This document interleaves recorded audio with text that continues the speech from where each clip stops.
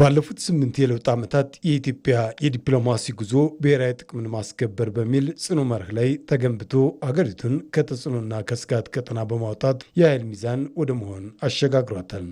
የመደመር መንግስት የተከተላቸው አዳዲስ የዲፕሎማሲ ምሰሶዎች የኢትዮጵያን ገጽታና ዓለም አቀፍ ተሰሚነት በአዲስ መልክ የቀየሩ ሲሆን ይህም በተግባር የታየ የሉዓላዊነትና የብሔራዊ ኩራት መገለጫ ሆኗል። በዚህም በአፍሪካ ቀንድ የመልካ ፖለቲካዊ እንቅስቃሴ ውስጥ ኢትዮጵያ ያላት ሚና ከጊዜ ወደ ጊዜ እየጎላ እንዲመጣ አስችሏል። ዛሬኛ በሁሉም አህጉራት የልብ ወዳጆች አሉ። ሚስጥር የሚያጋሩን ትሬንድ ከኛ ጋር የሚያያዝ ጉዳይ ካዩ ሰው ልከው ይሄ ጉዳይ ያለ አስተውላችኋል የሚሉን መረጃ የሚሰጡን በችግር የሚደግፉን በትጥቅ የሚደግፉን በስልጠና የሚደግፉን የልብ ወዳጆች አሉ። እንደዚህ አይነት ወዳጅነት ሲፈጠር ዲፕሎማሲው ናሽናል ኢንትረስትን እየጠበቀና እያረጋገጠ እንዲሄድ በእጅጉ ያግዛል እና ባለፉት 7 ዓመታት በመካከለኛው ምስራቅ፣ በአውሮፓ፣ በሩቅ ምስራቅ፣ በሰሜን አሜሪካ ጠንካራ ወዳጆች የፈጠርንበት የምናምናቸው የሚያምኑን የምናቃቸው የሚያውቁን የምንረዳቸው የሚረዱን ሰዎች የተፈጠሩበት እጅግ የተሻለና ያደገ የዲፕሎማቲክ አውድ ተፈጥሯል። ኢትዮጵያ በለውጡ ዓመታት ሂደት ውስጥ እያራመደች ያለው መደመራዊ አዲስ ገቢረ ነበብ የዲፕሎማሲ ስልት ግንባር ቀደም ስኬት ከጎረቤት ሀገራት ጋር መደመርን ታሳቢ አድርጎ የተነደፈ ፖሊሲ ነው። ይህ ስልት ቀጠናዊ ትስስርን ከመፍጠር ባለፈ ኢትዮጵያን ለማዳከም ለዘመናት ሲሸርቡ የነበሩ ታሪካዊ የጠላቶችን ከበባ የሰበረ ስልታዊ እርምጃ ሆኗል። በመሰረተ ልማት፣ በመንገድ ግንባታና በታዳሽ የኤሌክትሪክ ኃይል አቅርቦት ከጎረቤት ሀገራት ጋር የተፈጠረው ጥብቅ መስተጋብር ቀደም ሲል የነበረውን የፖለቲካ ጥርጣሬና የኢኮኖሚ ጥገኝነት ወደ እኩልነትና የጋራ ብልጽግና ቀይሮታል። ፖሊሲያችንን ቀይረናል።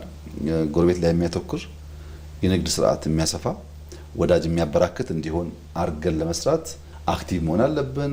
ኦልተርናቲቭ ማበራከት አለብን። አዳፕቲቭ መሆን አለብን።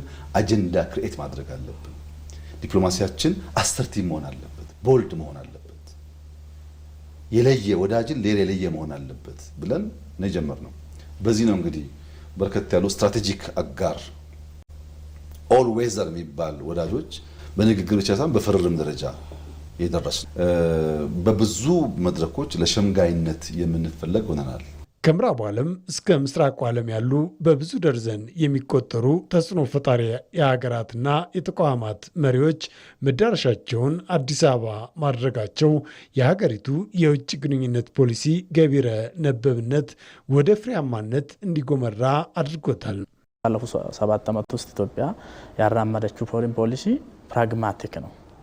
ምን ማለት ነው? ከዓለም ጋር ግንኙነታችን የሚወሰነው ፈርጅን አንነሳም ነው። ብሔራዊ ጥቅማችን ነው ለይተን የምንነሳው።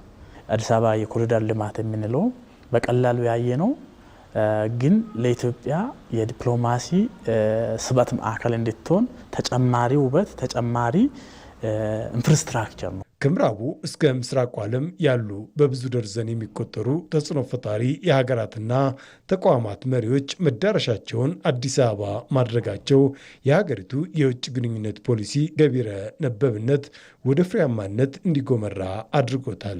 በምጣኔ ሀብት ዲፕሎማሲው መስክ የተመዘገቡ ውጤታማ የዕዳ ሽግሽግና አዳዲስ የብድር ስምምነቶች ለተጀመረው አገር በቀል የኢኮኖሚ ማሻሻያ ትልቅ አቅም ፈጥረዋል። ከቻይናም ከራሻም ጋር ስትራቴጂክ የሆነ የአጋርነት ስምምነት የፈረመች ሀገር ነች።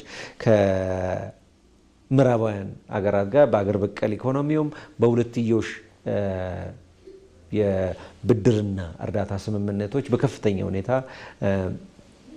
አቅም የፈጠረች ስትራቴጂክ ወሳኝነቷ የሚመሰከርላት ሀገር ነች። በተመሳሳይ ቀደም ሲል እንደ ስጋት ይታይ የነበረው ዲያስፖራ ዛሬ በልማትና በዲፕሎማሲው ግንባር ቀደም ተዋናይ እንዲሆን የተደረገ ሲሆን በውጭ ሀገራት በአስቸጋሪ ሁኔታ ውስጥ የነበሩ ዜጎችን የመመለስና ክብራቸውን የማስጠበቅ ተግባር ዜጋ ተኮር ዲፕሎማሲ በተሳካ ሁኔታ እንዲፈጸምም አድርጓል። እናም ባለፉት 8 የለውጥ ዓመታት ያጋጠሙ የጦርነት ድርቅና ወረርሽኝ መሰል ፈተናዎች ኢትዮጵያን የፈተኑ ቢሆንም ለአፍሪካ ችግሮች አፍሪካዊ መፍትሄ በሚል መርህ የውስጥ ችግሮችን በራስ አቅም በመፍታት ለአህጉሪቱ አርአያ መሆን ተችሏል። ዛሬ ኢትዮጵያ በዲፕሎማሲው ረገድ ያገኘችው ውጤት የተገነባ ገጽታ፣ የዳበረ ብሔራዊ ኩራትና ያደገ ተጽዕኖ አቅም ነው።